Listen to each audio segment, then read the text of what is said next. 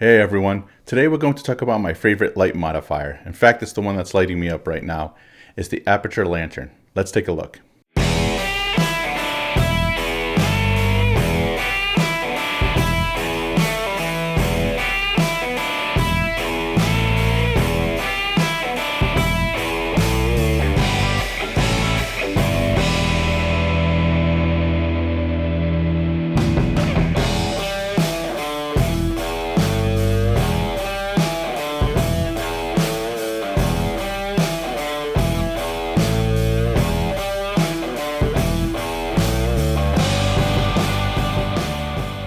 Everything that I'm about to show you guys comes in this high quality carry bag. Included in that bag is an instruction manual, which of course comes in handy. It also includes this, which is basically a modifier to the modifier, and I'll address this a little bit later in the video. And of course it includes the light modifier itself. It's a Bowens mount, so you just want to make sure that whatever light that you're mounting it to actually has the Bowens mount. The great thing about this light is not only can you use it as a key light, like your primary source of light, as I'm doing here, but you can also hang it overhead, and that's good for things like podcasts, or if you're filming a short film and there's people at opposite ends of the table, for example. And this way you can have even light. Now, of course, that all depends on distance, how far away from the light that they are, but it's a quick solution for that type of scenario. The setup for this couldn't be any easier. I'll show you how quickly I just go ahead and press down, push it into place, and then when I'm done with it, unlock it, and then we can put it away for storage. And you can see inside here that the metal bar there attaches to those hooks at the bottom, and that's what holds everything into place. Now this is what my light looks like without any modifier, and you can see that real harsh shadow across the wall there. Here I mounted the Aputure Lantern onto the light, and you can see how it just lightens everything up and it softens the shadow on the background. Here I put a different modifier on, and it's about the same size, just about 28 inches or so, and you can see how the light is a lot more focused. And just for reference, I put on a 48-inch softbox, and you can really see how it softens the light. And here's those three side by side, with the left being the Aputure, the one in the middle being the 28-inch softbox, and the one on the right being the 48-inch softbox. Something like this would be great as a replacement for sunlight if you were filming a short film or something like that. As you know, if you're trying to film it naturally, it's a bit unpredictable. So to have something like this, and because the light spreads everywhere, it's something that you can use to replicate what the sun would actually do.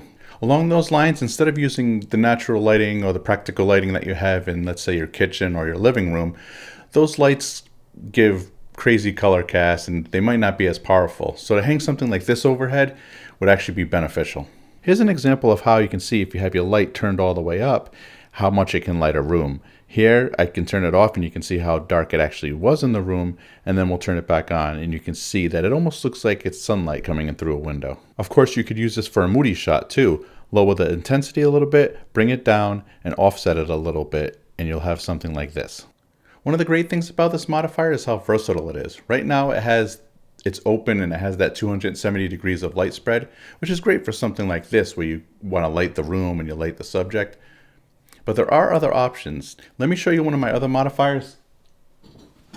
I actually have it right here. And right now it has the grid on, but you can see with the way that it's designed, let me just put that down there. You can see where the way that it's designed is just pointing in that one direction.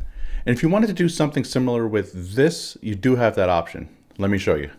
Now what I'm holding here is what I was referencing earlier in the video. Because the light spread goes all across the room, this actually lets you control the light so that it's more focused. Attaching this modifier to the lantern is just about as easy as setting up the lantern itself. You can see where the black and the white meet, there's Velcro around the top there. So I'll demonstrate here how easy it is just to wrap it around, and then it's attached to the modifier, and this way you can have really controlled lighting.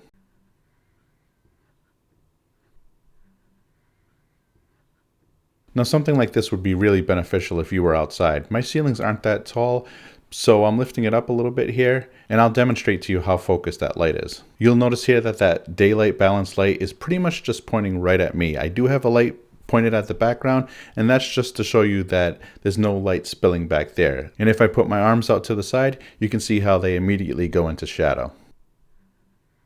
Now here I am sitting in the chair. I've folded up those pieces. They're also attached with Velcro, but I did leave one side down, and that's just to prevent spillage of the light to the back of the room. If I lift it up, you can see how that white daylight balanced light bounces to the back of the room. So if you guys like post-production tutorials like in Fusion, or color grading tutorials like in DaVinci Resolve, or even gear reviews such as this, go ahead and subscribe to the channel. All my links are in the description below, and I'll see you guys in the next one. Thanks for watching.